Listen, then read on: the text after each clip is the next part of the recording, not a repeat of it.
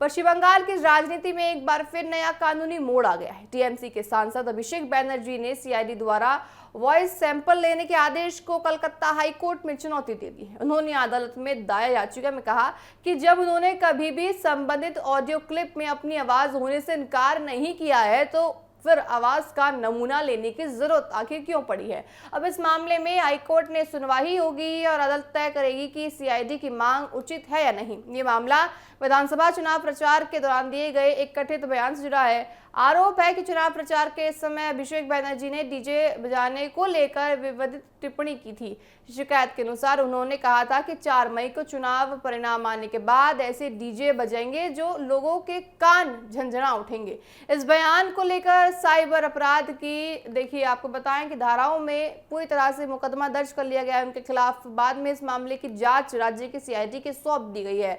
जांच के दौरान सीआईडी ने अदालत से अनुमति लेकर अभिषेक बैनर्जी का वॉइस सैंपल लेने की मांग की है।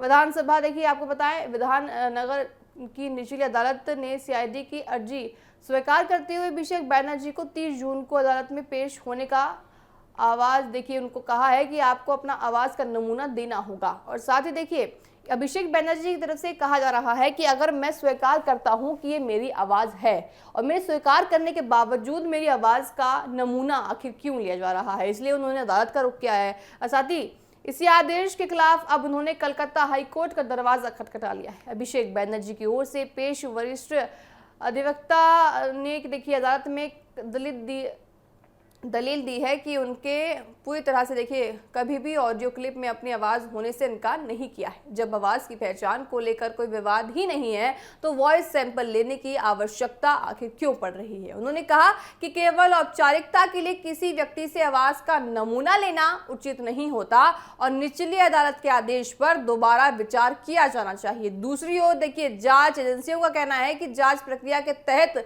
तकनीकी और कानूनी सत्यापन के लिए वॉइस सैंपल जरूरी हो सकता है। ऐसे में मामलों में ऑडियो रिकॉर्डिंग की पूरी तरह से फोरेंसिक जांच के लिए आवाज का नमूना लिया जाना चाहिए ताकि रिकॉर्डिंग की देखिए पूरी तरह से पुष्टि हो सके आखिर ये आवाज है किसकी। जब ये फैसला हाईकोर्ट का देखिए करना है तो इस मामले में वॉइस सैंपल लेना जरूरी है या नहीं।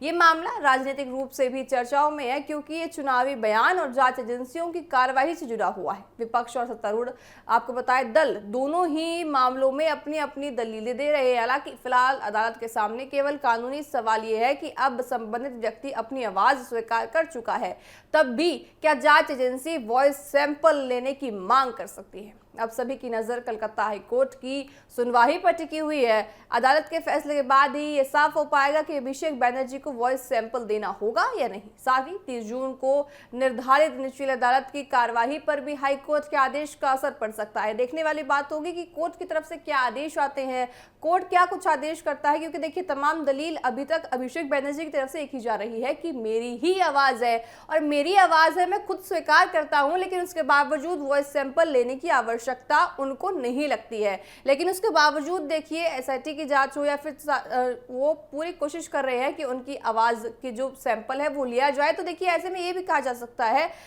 अभिषेक बैनर्जी स्वीकार तो कर रहे हैं लेकिन कुछ ना कुछ पीछे इसके ऐसा हो सकता है जिसकी तरफ से अभिषेक बैनर्जी स्वीकार कर रहे हैं। तो ऐसे में एसआईटी ये कोशिश कर रही है कि पूरी तरह से जांच की जाए और ये देखा जाए कि उनकी आवाज ये है या नहीं है। देखा जाएगा कि अदालत क्या कुछ रुख करती है, अदालत का क्या फैसला आता है अभिषेक बैनर्जी के खिलाफ या उनके समर्थन में, ये देखने वाली बात होगी।